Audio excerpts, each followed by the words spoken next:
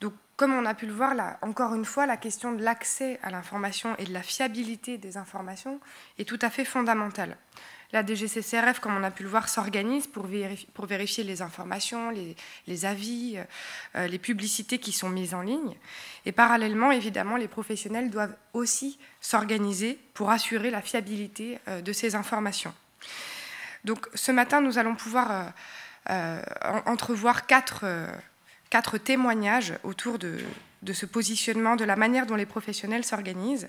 Et d'abord, je vous propose d'écouter Xavier Barras, qui est directeur de l'innovation chez GS1, pour avoir un aperçu des travaux menés ces 2 dernières années au sein de GS1 sur la question de la dématérialisation, sur le pourquoi de ces travaux. Évidemment, la réponse, c'est le règlement INCO, c'est la réglementation.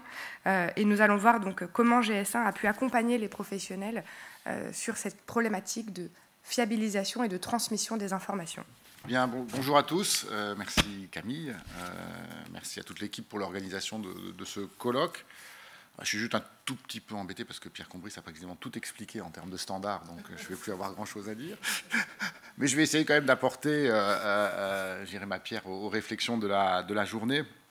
Donc effectivement, comme le disait Camille, on a travaillé ces 2 dernières années, mais je vais vous montrer qu'on a travaillé depuis un peu plus longtemps sur ces problématiques de dématérialisation de l'information produit. Peut-être juste en un mot ou en quelques mots qui est GS1, parce qu'on est un petit peu une structure un peu particulière, donc on est un organisme de standardisation. On fait en fait ce qu'on appelle maintenant, parce que c'est à la mode, la co-conception de standards. C'est-à-dire qu'on a travaillé effectivement notamment ces 2 dernières années sur la manière de dématérialiser l'information entre industriels et distributeurs pour répondre au règlement INCO. Mais c'est vrai que c'est un sujet qu'on mène depuis 40 ans. On s'appelait GenCode, pour ceux qui nous connaissent avant. On gère effectivement tous les systèmes, notamment de codification et d'identification automatique des produits. L'idée de ces standards sur lesquels on travaille, c'est de faciliter l'échange, le partage d'informations entre entreprises. Je reprendrai un terme, on parlait d'interopérabilité tout à l'heure.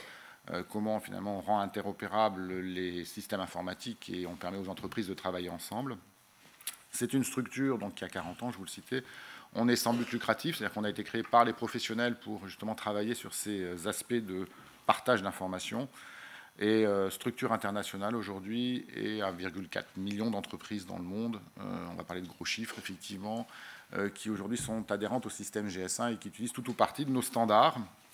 Et donc, on va voir effectivement que l'idée, c'est notamment de travailler à cette problématique, comment permettre la dématérialisation entre le plus grand nombre, puisque le marché, le monde alimentaire est aussi fait de diversité.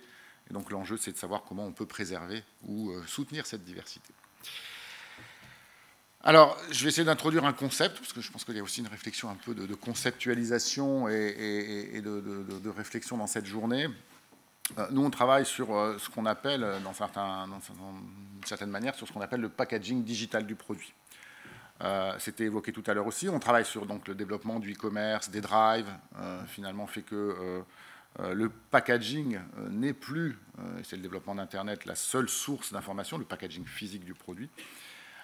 Et donc, finalement, on se rend compte que ce soit pour le consommateur, mais aussi pour le distributeur ou les industriels, les marques, que finalement, ils ont à imaginer un autre packaging qu'on a appelé le packaging digital, c'est-à-dire que finalement, et ça fait le lien aussi avec la présentation de Claude Duchemin, c'est-à-dire de savoir effectivement où est-ce que je peux retrouver le même niveau d'information avec la même fiabilité, alors que je suis en train de naviguer sur des sites de vente à distance ou sur des sites d'information. Voilà. Et l'autre élément, effectivement, qui nous fait parler de ce packaging digital, c'est que quand on est en magasin, on arrive assez facilement à distinguer les informations qui sont présentes sur le packaging, où il y a un vrai engagement de responsabilité de la marque sur l'information qui s'y trouve, et les autres informations qui peuvent être fournies soit par le distributeur sur les linéaires. Bon, là, on s'aperçoit qu'avec Internet, on arrive à mélanger allègrement des informations de toutes sources, et donc ça pose la question effectivement, à un moment donné, de pouvoir les organiser, pas seulement en termes de critères de choix ou en termes de critères de sélection, mais en termes aussi de confiance et de référence à une certaine source. Donc cette évolution et cette dimension du packaging digital, effectivement, c'est, je crois que ça a déjà été largement évoqué précédemment, plus d'informations et donc de possibilités de sélectionner celles qui intéressent. Je crois que c'est intéressant, on parlait d'hyperconsommation, et en même temps, on va parler d'hyperpersonnalisation, c'est-à-dire que cette multitude d'informations, effectivement, elle n'est pas utile à tous, et donc l'intérêt, c'est à un moment donné de pouvoir personnaliser l'utilisation et l'accès à ces informations, contrairement là aussi au packaging physique où toute l'information se retrouve quasiment au même niveau. Et donc sans franchir de cette dimension physique. Je crois que ça c'est important de le noter, c'est qu'on va voir les différents axes, je pense, tout au long de la journée. Ces opportunités, elles sont à la fois pour le consommateur, on en a parlé effectivement, voire de pouvoir l'utiliser pour des personnes qui ont des handicaps spécifiques, pouvoir sélectionner effectivement l'information en fonction de son type d'allergie, de son contrainte de consommation ou de ses goûts, mais aussi pour la marque, parce que finalement c'est aussi la restriction du packaging, il ne permet pas à la marque toujours d'exprimer tout ce qu'elle voudrait sur son produit, et puis pour le commerçant aussi pouvoir mieux présenter ses linéaires. Là aussi il y a une rupture qui se fait, qu'il faut bien noter, hein, entre le magasin physique où les produits sont figés quelque part à un endroit ou un ou deux endroits précis dans le magasin, où là on peut imaginer aussi un magasin beaucoup plus dynamique et beaucoup plus adapté au choix du consommateur sur Internet, avec la création de multiples univers, par thème, par préférence ou par choix.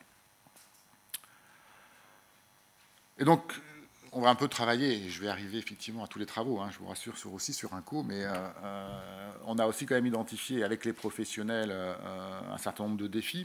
Le premier, quand je dis les professionnels, c'est plus large, je crois que les travaux du CNC aussi ont permis de mettre en avant d'autres choses, c'est quelle responsabilité. Je crois que c'est une des clés que l'on peut retrouver derrière cette notion de dématérialisation. Alors je vais revenir sur la dématérialisation de l'information produit. C'est quelle responsabilité à partir du moment où j'accède à une information qui m'est fournie sur Internet, et on a parlé Claude Duchemin a parlé des différentes sources, finalement quelle est la responsabilité qui est prise par celui qui me fournit l'information quant à la qualité de cette information et à ses conséquences. Là aussi très figé, ou en tout cas très bien décrit, ceci existe pour l'information sur le packaging des produits.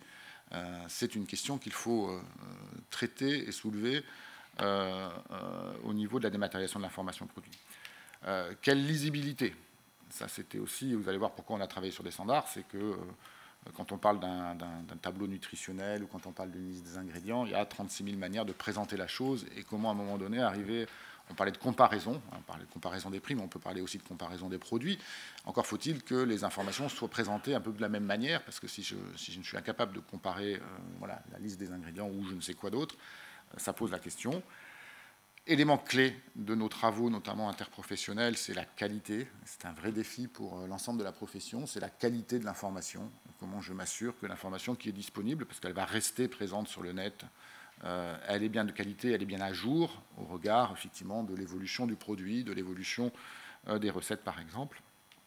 Et puis le dernier point qui moi me semble important, c'est quelle diversité. C'est-à-dire que je crois qu'on parlait de chiffres, voilà, 30, 60, 100 000 références dans un magasin. Il faut savoir qu'effectivement c'est une des caractéristiques notamment du marché français par rapport à sa taille, c'est la diversité de l'offre en termes de produits alimentaires, parce qu'on a beaucoup, c'est une culture en France, on a beaucoup de petits producteurs. Titre d'exemple, pour vous illustrer, en France, on a à peu près 34 000 adhérents, entreprises adhérentes en France. Il y a un peu plus de 6 000 adhérents qui sont dans le secteur du vin, donc des producteurs de vin. Donc ça montre toute cette diversité, toute cette richesse. Et je crois que c'est important qu'on puisse aussi préserver cette diversité. Et donc ça suppose effectivement que l'information elle puisse être fournie par tous. Et donc le fil conducteur, et je crois que c'est aussi l'esprit de la loi et de la directive, du règlement, pardon, je vais y arriver, excusez-moi pour les termes, c'est quelle confiance. Donc je pense que ça c'est important, c'est la confiance dans la marque, c'est la confiance dans le site de vente à distance. Voilà, donc je fais un petit survol parce qu'on va revenir sur des choses beaucoup plus concrètes puisqu'on va parler de standards maintenant. Mais voilà un petit peu tout ce qui anime et tout ce que ça porte derrière la définition de standard. Ce n'est pas uniquement répondre à des enjeux technologiques de connexion de bases de données. Ça relève aussi de pouvoir répondre à un certain nombre de défis que pose la dématérialisation de l'information produit, mais plus généralement la dématérialisation du commerce. Donc pourquoi la nécessité de standards? Le premier point assez classique, c'est faciliter l'interaction. Encore une fois, je vous disais 34 000 adhérents en France, entreprises adhérentes en France, c'est quoi? C'est un instantané basique, de l'alimentaire et du non-alimentaire. Donc de la richesse en fait, des acteurs qui composent le marché de la distribution alimentaire, non alimentaire et de certains autres secteurs. Donc comment permettre effectivement l'interaction entre tous ces acteurs, permettre l'interopérabilité. Je vais quand même parler un peu de techno. Ça, c'est la partie technique. C'est effectivement la connexion et l'interopérabilité des systèmes d'information et des bases de données. Troisième point, et non des moindres, pour soutenir et répondre aux défis qui étaient cités précédemment, c'est d'identifier la source. C'est-à-dire qu'aujourd'hui, je pense que c'est un des enjeux importants sur Internet, c'est de pouvoir identifier qui est derrière l'information qui m'est fournie. Donc, encore une fois, la source permet d'identifier à la fois la responsabilité, qui prend la responsabilité de l'information qui m'est fournie, mais au-delà de ça, effectivement, du coup, est-ce que moi j'ai confiance en tant que consommateur dans celui qui est à l'origine de l'information? Et encore une fois, dernier point, améliorer la qualité. Grand défi pour les professionnels sur la qualité de l'information qui est disponible sur les sites et sur Internet de manière générale. Avec donc ce souci de dire, certains nous disent parfois, ben oui, vous standardisez tout, donc tout doit être pareil, il n'y a plus de création, il n'y a plus d'innovation, voilà, on a tendance à tout standardiser, c'est l'aspect négatif qu'on peut voir sur les standards. L'idée là, c'est de travailler sur des standards qui vont justement, au contraire, préserver la diversité et le choix. On ne cherche pas, et que ce soit très clair dans les travaux de GS1, à définir des règles sur la manière dont doivent travailler les entreprises. L'idée principale qui conduit nos travaux, avec la participation des entreprises, c'est à partir du moment où elles ont décidé de partager de l'information, d'échanger de l'information, d'améliorer la manière dont on travaille ensemble, de définir les standards, et on va parler des standards techniques, qui permettent de soutenir ces démarches. Donc 4 grands domaines en termes de standards, puisque je vais quand même... on reparlera beaucoup d'usage et de réponse aux besoins avec les différents intervenants qui vont venir. Pour revenir sur le cœur, effectivement, de mon intervention, les standards. Donc, 4 grands domaines, je vais essayer de ne pas être trop technique. L'identification, la sémantique, la syntaxe et l'interopérabilité des solutions. Chez vous, donc je vais un slide pour chacun, quand même, pour essayer de vous... Alors, le premier point, et c'est le socle de tout le système, et vous allez voir quand même c'est un socle important dans la relation et dans le commerce, que ce soit encore une fois pour le consommateur, les marques ou les distributeurs. Pour parler d'un produit, encore faut-il savoir l'identifier. D'accord ? Et donc ça c'est la première brique, ça existe avec le code à barres depuis une quarantaine d'années. Alors là il n'y en a pas 13, mais c'est les 13 chiffres que vous trouvez dans le code à barres, dans le GENCODE du produit, comme disent certains. Voilà, c'est ces 13 chiffres qui permettent de dire, là je suis en train de vous parler de cette bouteille d'eau de 33 ou de 50 centilitres. Et il y a un autre code pour identifier la boîte de petits pois de telle marque et un troisième code pour identifier le fromage X ou Y. Donc ça c'est important, c'est à dire qu'en fait à un moment donné, si on veut pouvoir échanger de l'information sur des produits, on parlait de méta-base de données ou de méta-catalogue, encore faut-il d'abord savoir effectivement de quel produit on parle. Donc ça c'est la base du système. Ça c'est aujourd'hui largement utilisé. Vous le trouvez sur le produit en termes de code à barres, mais il est utilisé aussi dans les catalogues électroniques pour dire de quel produit on va décrire. D'accord ? Donc ça, c'est la première brique, et elle est essentielle. Je vais y revenir, parce que vous allez voir qu'en termes de chiffres, là aussi, ça peut donner des volumes un peu délirants. La deuxième, c'est la sémantique. Donc là aussi, un terme un peu plus particulier. En gros, c'est dire quelles sont les informations que l'on veut échanger. Pierre évoquait, aujourd'hui, à peu près 200 ou 300 informations ont été identifiées et donc ont été décrites. Il y en a beaucoup moins pour le règlement INCO, il les a listés également. Mais voilà, pour permettre effectivement de décrire l'information, le produit, et une description qui va être utile à la fois sur les dimensions information consommateur, mais aussi sur le pilotage de la logistique. Voilà, on a décrit, on a maintenu une liste au plan international de 200 ou 300, ça dépend effectivement en fait de la nature des produits, informations différentes qui permettent de dire les dimensions, le poids, est-ce que c'est de la marchandise dangereuse, voilà, le tableau nutritionnel, les ingrédients, toutes les informations, la palettisation pour la logistique, toutes les informations qui, à un moment donné, sont nécessaires, que les professionnels ont besoin d'échanger entre eux pour être plus efficaces ensemble. Parce que si, le cas tout simple que je peux vous citer, c'est la dimension du produit, ça reste un défi. C'est-à-dire que si vous allez dans un magasin, vous allez voir effectivement que tous les produits sont bien rangés, les uns à côté des autres, il y a peu d'espace entre deux produits. Voilà, si le distributeur n'a pas connaissance de la taille ou de la largeur du produit, le risque c'est que, c'est déjà arrivé, ça arrive, je vous l'assure, le produit arrivant en magasin, l'emplacement réservé dans le linéaire pour mettre ce produit est trop petit. Donc qu'est-ce qui se passe ? Effectivement, le produit n'est pas disponible, n'est pas vendu, Pourquoi? Parce que l'information n'était pas connue du distributeur quand il allait le mettre en rayon. En e-commerce, ce problème est un peu résolu, mais il y en a d'autres qui se posent.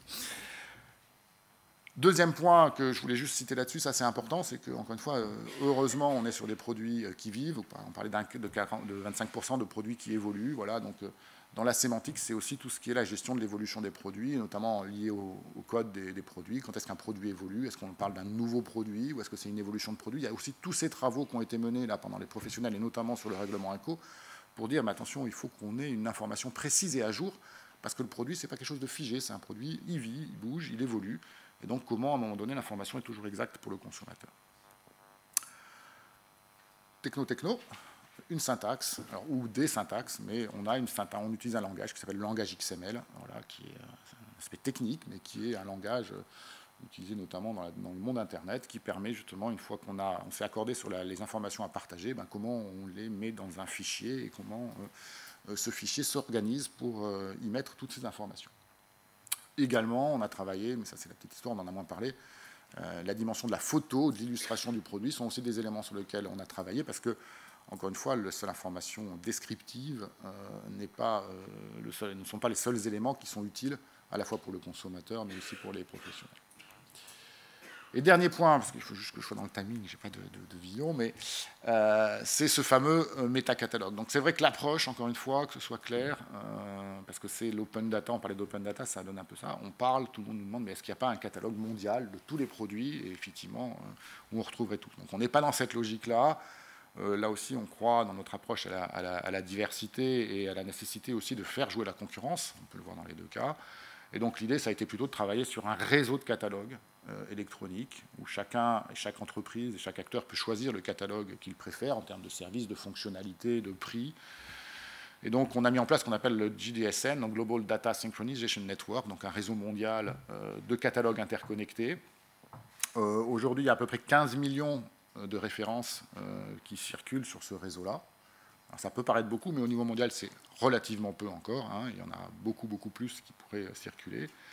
Alors, juste pour expliquer le principe, parce qu'il y a une des questions qui était posée sur est-ce que tout le monde peut y accéder. Alors, encore une fois, ce n'est pas un catalogue en libre accès. C'est un moyen de permettre à deux entreprises d'échanger de l'information sur un produit. Donc, chaque entreprise se dote d'un catalogue, et l'échange se fait aujourd'hui entre deux entreprises après accord. C'est l'approche qui a été retenue. On travaille sur des modèles complémentaires, notamment en termes de publication d'informations consommateurs directement accessibles à tous. Mais là, on est bien dans une logique de s'échanger entre professionnels et donc identifier qui est le partenaire qui me fournit l'information, est-ce qu'il est légitime pour le faire. Donc on est vraiment toujours dans cette logique de responsabilité et d'engagement des uns par rapport aux autres. Les échanges sont tracés et sécurisés. Vous comprenez que ça peut être essentiel quand il s'agit effectivement de s'assurer que l'information est à jour et que les mises à jour ont bien été transmises. Donc ça, c'est le dernier point. C'est un mécanisme un peu sophistiqué, puisque dès que l'industriel, généralement la marque qui fait une modification sur la description de son produit, sur sa fiche produit, automatiquement, cette information est transmise à tous les partenaires qui ont déjà reçu la fiche. Pourquoi? Parce que, et on le verra dans le règlement INCO, si la modification porte sur un des éléments obligatoires à fournir au consommateur, il faut que cette information soit automatiquement transmise au site marchand pour qu'il puisse faire la mise à jour auprès de ses consommateurs. Donc voilà, on travaille plus sur un modèle assez ouvert, on parle d'open data, et c'est intéressant parce que l'open data, c'est aussi la possibilité d'avoir de multiples sources, et donc ça repose la question de la capacité de ces sources à être interopérables. Et donc c'est le travail des standards que de dire à un moment donné, il y a 34 000 entreprises en France qui sont dans la distribution alimentaire, mais pas que les 34 000. La question, c'est effectivement comment permettre à chacun de trouver sa place et d'échanger, de dématérialiser l'information produit et de la partager avec ses partenaires commerciaux. Il faut des standards, sinon, effectivement, le risque, c'est que l'information soit très partielle de ce point de vue-là. Donc pour illustrer ça, c'est un sujet de longue haleine. On en a beaucoup travaillé, nous, jusqu'alors, plutôt sur des problématiques, effectivement, de supply chain management, ce qu'on appelle le supply chain management. Donc les données qu'on échangeait et que les entreprises échangeaient là-dessus, c'est quelque chose qui démarre encore. C'était beaucoup, effectivement, des informations plutôt sur des aspects logistiques, les minimums de commandes, les multiples de commandes, les dimensions des palettes. Et donc, fin 2012, on a commencé à travailler d'arrache-pied sur les informations plutôt à destination du consommateur, et notamment par rapport, effectivement, à ce règlement INCO, sur un article qui n'a pas été cité, je crois, c'est l'article 14 de ce règlement INCO, qui stipule que, si ça a été évoqué en introduction, qui stipule effectivement que toutes les informations que vous trouvez aujourd'hui sur le packaging du produit doivent être fournies également sur les sites de vente à distance aux consommateurs avant l'acte d'achat. Et donc ça posait la question pour l'ensemble des acteurs, distributeurs et industriels, de dire mais comment on va s'assurer que l'information est à jour et correspond bien à un produit qui va être in fine livré aux consommateurs. Donc on a mis en place un certain nombre de groupes de travail, il y a quelques chiffres là-dedans, 27 réunions, 430 participants, 70 sociétés.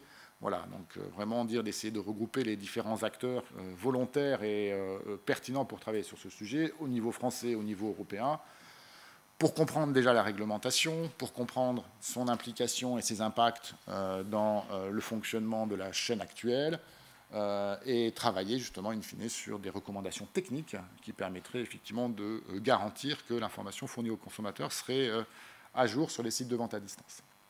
Voilà.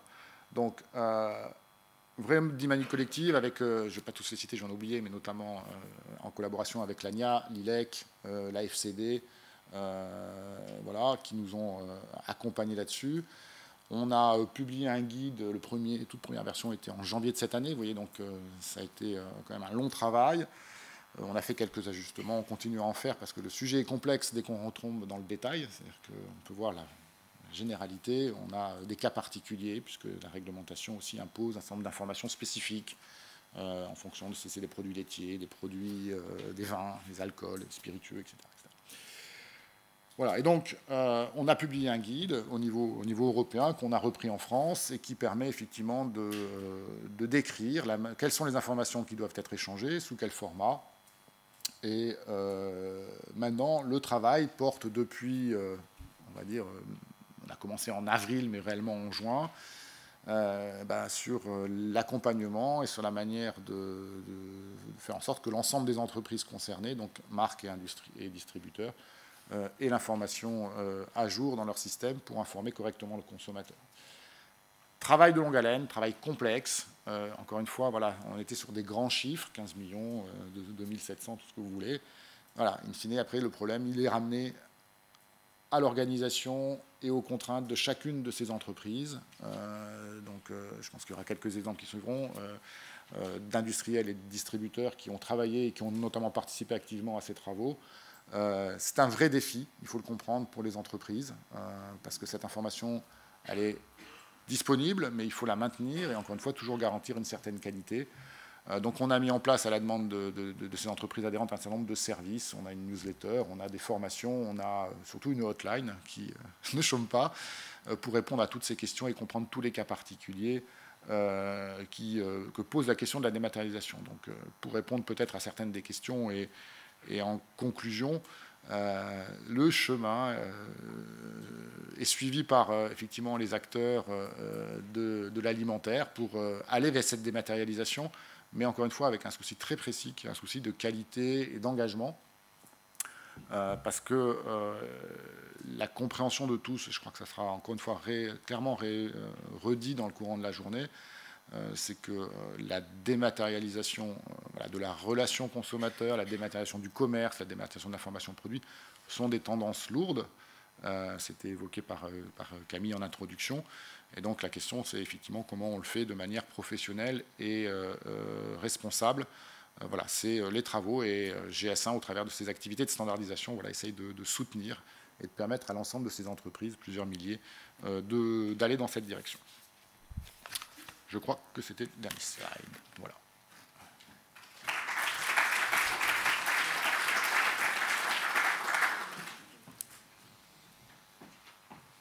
Des questions?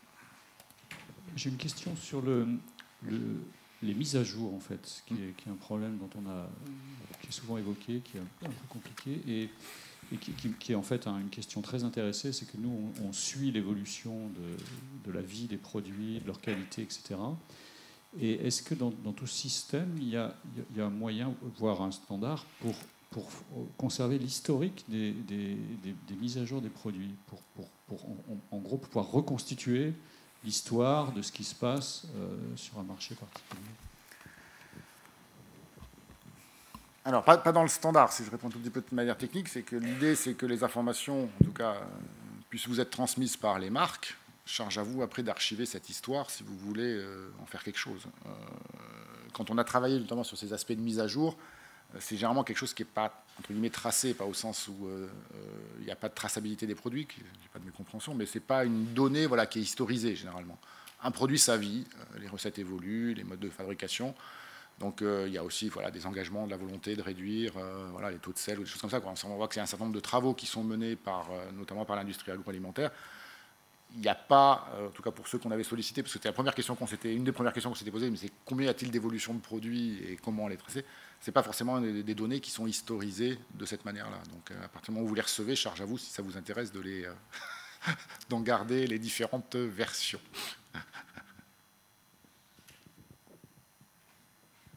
Bravo pour votre exposé très clair, je commence à mieux comprendre, c'est plus tout en coup de barre. Donc la réglementation INCO a été imposée par la Commission européenne, donc vous vous occupez de cette dématérialisation de l'information. Est-ce que vous êtes aidé par la Commission, notamment dans les relations avec les autres pays européens? Est-ce que c'est complètement indépendant et comment ça se gère au niveau européen? Est-ce qu'il y a des distensions? Est-ce que c'est facile? Je peux répondre au dernier point, c'est pas facile. Ça, c'est facile comme question.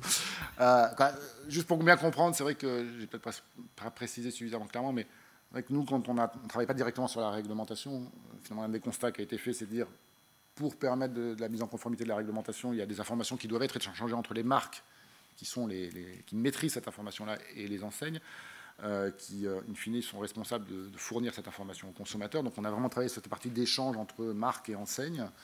Après, pour répondre à la question, donc on a beaucoup travaillé, encore une fois je les remercie, avec les fédérations, notamment l'ANIA, l'AFCD et l'ILEC, parce que cette dimension européenne, c'est effectivement un défi. Même pour nous, GS1, on a des homologues dans les différents pays d'Europe. Cette coordination, elle n'est pas toujours simple. Donc on a interrogé, et je remercie aussi la DGCRF qui nous a reçus pour justement comprendre et nous aider à mieux comprendre et à mieux cerner les travaux qu'on avait à mener. On a aussi des contacts avec la Commission européenne. Mais c'est vrai qu'à un moment donné, je vais le dire comme ça, c'est les professionnels qui ont dû prendre leurs responsabilités sur la manière la plus efficace qu'ils pouvaient mettre en œuvre pour répondre aux exigences du règlement. Voilà. Donc on l'a fait à la fois, donc plutôt de cette dimension article 14, avec l'ensemble des parties prenantes, parce que, et on a remonté un certain nombre de questions, je sais que la Commission européenne notamment a fait un certain nombre de questions-réponses, mais à un moment donné, c'est effectivement comme souvent, les professionnels qui ont dû prendre des options en fonction de la compréhension qu'ils avaient du règlement et de la meilleure manière dont ils pouvaient mettre en œuvre d'ici le 13 décembre pour y répondre. Véronique Bresco, j'ai une question, peut-être l'avez-vous dit, est-ce que dans le standard, vous n'abordez que les informations obligatoires ou est-ce que vous avez également d'autres items ? Alors, c'est vrai que l'INCO nous a fait focaliser beaucoup sur les informations obligatoires. Alors, il y a d'autres informations. On est aussi, les standards comme les produits, ce sont des choses qui vivent. Donc, on sait aussi, par exemple, qu'on a travaillé sur d'autres informations, nous sommes sur des dimensions sans doute plus marketing. Il y en a déjà un certain nombre. On va continuer à travailler, mais j'en prenais un exemple concret. Par exemple, on a déjà travaillé sur l'image du produit, la photo du produit, qui n'est pas vraiment référencée comme une information obligatoire, en tout cas dans le règlement INCO. Voilà, parce qu'on sent aussi que ce sont des informations utiles, nécessaires, si on veut vendre des produits sur Internet. De mémoire, par exemple, l'absence de photos fait chuter de 40 à 60% l'acte d'achat pour un produit donné. Donc voilà. Donc il y en a, mais c'est des choses qu'on va aussi continuer à enrichir, puisque on le voit bien, la différenciation qui était évoquée en introduction sur les produits se fait aussi par rapport à d'autres éléments que les seuls éléments obligatoires. Et en termes de photos, il y a vraiment un standard Alors, on a défini effectivement un standard, c'est assez récent, donc, mais l'idée là aussi c'est de simplifier la production et le partage d'informations, de photos, sachant qu'on va sans doute nous rester sur un socle, je vais dire comme ça, de base, c'est-à-dire quel est le minimum de photos, parce que là on rentre aussi dans un autre domaine de différenciation, et on peut imaginer qu'il y ait la volonté pour à la fois les marques, mais aussi pour les distributeurs, de se différencier par des illustrations de produits de nature différente. Mais on a défini un standard au moins sur la partie technique. Voilà. Et l'idée, c'est d'avoir un minimum standard en termes de photos de base qui seraient disponibles sur l'ensemble des produits. J'ai l'impression, peut-être à tort, qu'en fait, il va y avoir beaucoup plus d'informations non obligatoires que d'informations obligatoires. En tout cas, potentiellement, il peut y en avoir. Et c'est peut-être sur celle-là que beaucoup des comparateurs vont se focaliser. Donc, est-ce que vous arriverez à suivre, entre guillemets, et de façon à pouvoir proposer des standards et qu'on ait la même qualité d'information sur cette information non obligatoire par rapport à l'information obligatoire? Alors, je ne suis pas sûr de bien répondre, mais le standard, il a une certaine souplesse. Hein. On va pouvoir dire qu'on peut transmettre plein d'informations. Maintenant, encore une fois, le standard va soit être sur ces aspects un peu différenciants, surtout une base technique de transfert. Après, attention, on n'est pas dans la logique de dire tous les produits sont réécrits de telle manière. Ça, c'est là que la diversité et la concurrence se fait. Donc, on n'a pas velléité à faire tout le monde pareil. Donc, le standard, techniquement, permettra d'échanger des informations qui ne seront pas, par contre, forcément des informations partagées ou fournies pour tous les produits. Hein. Ça, il faut bien le comprendre. On va retrouver des informations obligatoires, la classe de produits, des choses comme ça. Et après, il y a des informations qui sont des informations différenciantes. Bonjour. Stéphane Gigondet, Open Food Facts. J'avais une question sur l'accessibilité de ces standards, aussi bien techniques que financières. Aujourd'hui, par exemple, si je vais chez mon caviste, il y a beaucoup de bouteilles qui n'ont même pas un code barre. Est-ce que c'est quelque chose sur lequel vous travaillez pour essayer d'étendre un peu le domaine aussi aux petits producteurs et aux artisans? Alors, on a juste quand même 80, je ne sais pas si j'ai les chiffres sur les dates, mais à peu près 80% de nos adhérents sont des PME, voire des TPE. Donc, effectivement, l'accessibilité à la mise en place d'un code à barre, elle n'est pas... il n'y a pas de frein à la mise en œuvre de ces standards. C'est souvent, pour être clair, ça se met en œuvre quand il y a des demandes de la part de partenaires. Ce n'est pas quelque chose qui va se mettre naturellement en place. La première préoccupation d'un vigneron que de mettre en place un code à barre, c'est surtout s'il n'y a aucun de ses clients qui les demande. Donc voilà, c'est accessible d'un point de vue financier. Après, ça se met en œuvre en fonction de l'intérêt qu'a l'entreprise à le mettre en œuvre. Je ne sais pas si je réponds à la question de ce point de vue-là. Après, les standards, pour bon nombre d'entre eux, sont publics. D'ailleurs, sont des normes ISO ou des normes UNCFACT. Après, juste, je voudrais une précision, parce que je l'ai dit, mais je pense que ça, c'est important, c'est que ce métacatalogue aujourd'hui, ce n'est pas des données disponibles à tous. C'est une manière de partager de l'information entre professionnels. Et donc, chacun reste propriétaire de ces informations. Et ça, je pense que ça va être un élément clé aussi de la qualité et de la manière de répondre. C'est qu'à un moment donné, si on veut de l'engagement de responsabilité derrière la donnée, c'est qu'il faut clairement définir les responsabilités et les propriétés. Donc aujourd'hui, GS1 n'est pas détenteur d'informations sur ces produits-là. Ce sont chaque entreprise, que ce soit une multinationale ou une PME, qui, quand elle met de l'information sur le réseau GDSN, reste propriétaire de cette information et décide avec qui la partage. C'est les modèles aujourd'hui tels qu'ils ont été définis. Mais ce que je disais, on travaille aussi sur de la donnée publique, c'est-à-dire de la donnée qui serait vraiment possible pour les entreprises de mettre à disposition de tous. J'espère avoir répondu à la question.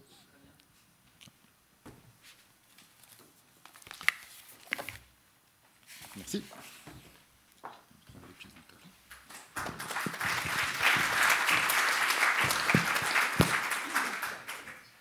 La dématérialisation et son défi réglementaire. Merci à Xavier de nous avoir exposé de manière, c'est vrai, très claire ces travaux qui pourtant, de prime abord, semblaient extrêmement complexes, surtout pour les personnes chargées initialement du règlement INCO et de sa mise en application et de l'accompagnement des opérateurs. Donc je vous propose de faire 30 minutes de pause, après laquelle on pourra retrouver 3 professionnels pour discuter ensemble de la manière concrète dont les solutions présentées par GS1 se mettent en place dans les entreprises. 30 minutes de pause avec notamment dans le hall des applications que vous pourrez donc tester, observer, questionner. Rendez-vous à 11h.